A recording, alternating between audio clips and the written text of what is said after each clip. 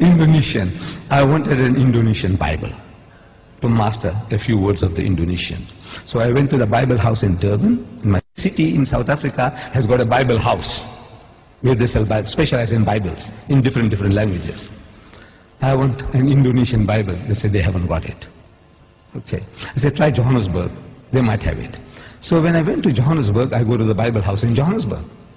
And I go and search for this Indonesian Bible. And I got it. And I'm looking in the shelves, some other books. I see a New Testament, Greek and English. Like we have the Quran, Arabic and English, Greek and English, a New Testament. I took that big volume out and I'm starting to go through that. And the supervisor of the Bible house is watching me. You know, with this funny headgear and this beard. He says, what this guy is doing with all these expensive volumes, because this was an expensive volume which I took down, Greek, English of the New Testament. So he comes up to me, he says, good morning. I said, good morning. He said, what makes you interested in these books? I said, no, I do comparative religion, and I have come across something here in this Greek English of the New Testament that can be of use to me. He found me an interesting character. He said, would you like to have a cup of tea with me?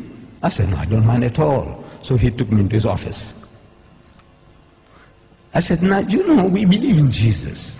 And this was something astonishing to this supervisor. And all the supervisors in South Africa of the Bible houses are retired reverends. This was a Reverend Dunkers. He's amazed.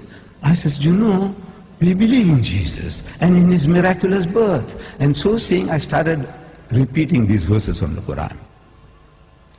That we believe. And when I read it, he said, no, this is the same like my book. What you are saying now, that when the good news is given to Mary, the mother of Jesus, in the Holy Quran, she says, قَالَتْ رَبِّ أَنَّ يَكُونُ لِي وَلَدٌ وَلَمْ يَمْسَسْنِي بَشَرٌ. She said, oh my Lord, how can I have a child when no man has touched me? Which means physically, sexually. No man has touched me. So the angel says, قَالَ كَذَلِكِ اللَّهُ يَخْلُقُ مَا يَشَاءُ. Even so, Allah creates what He wills. إِذَا قَضَى أَمْرًا فَإِنَّمَا يَقُولُ لَهُ كُن فَيَكُونُ. Whenever He decrees a matter, He merely says to it, be, and He wills it and the thing comes into being. So the Reverend says, man, this is the same as my book. I said, yes, on the face of it, it's the same. But if you look at it intently, you'll find the difference between my version and your version is chalk and cheese. You people know chalk and cheese? You know the difference between chalk and cheese? The Canadians didn't know. The Canadians, I'm telling you, when I went to Canada, I spoke about chalk and cheese. They didn't hear that phrase before. We, the English people in South Africa, we know, everybody knows chalk and cheese. Chalk and cheese may look like white, but it says that's poles apart. You can't eat chalk, but you can eat cheese.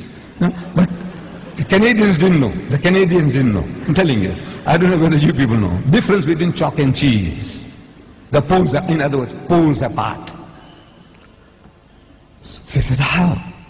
I said, you know, in the Holy Bible, in the Gospel of St. Luke, we are told when this good news was given to Mary, the mother of Jesus, about the birth of the Holy Son, she says, how can this thing be when I know not a man? In the biblical language, know means sex. No to know means knowing sexually. Not she doesn't know a man. She knows her uncle, her fathers, her neighbors. Surely she knows other men. But no. No in the biblical language means sex. In the Quran it says, no man has touched me. Again, it means not touched me, means had sex. Both the Quran and the Bible are saying the same thing. The replies to them are revealing. In the Holy Bible, the answer to Mary's protest was that the Holy Ghost will come upon thee. I'm reading the Bible to you. Luke. The Holy Ghost will come upon thee, and the power of the Most High will overshadow thee. Now that gives you a mental picture. The Holy Ghost is a person. That's what the Christians say. The Father is a person, the Son is a person, and the Holy Ghost is a person, but they're not three persons, but one person. I don't know whether you heard that expression before. But He's a person. This Holy Ghost will come on Mary. How? See, it gives you in your mind. It makes you think, how? Like a man and a woman, like a bull and the cow. How? The Almighty will overshadow her. How? No, it gives you a mental picture. So I'm suggesting that it gives you a mental picture. How? The Holy Ghost will come on her. We know it's a miracle. We agree it's a miracle. But the language that you are using, the language is down to earth language. The Quran says, وَإِذَا قَضَى أَمْرًا فَإِنَّمَا يَقُولُ لَهُ كُن فَيَكُونُ. For God to create Jesus without a human father, it's a kun, he says be, and it is. For him, it's just to will it, and he comes into being. So, I'm asking the Reverend, I said, now between these two versions, we are both trying to say the same thing. We are both trying to give the same message, that he was born miraculously. There's no doubt about that. But I said, which version would you prefer to give to your daughter? The Quranic version or the biblical version? We are both trying to say the same thing.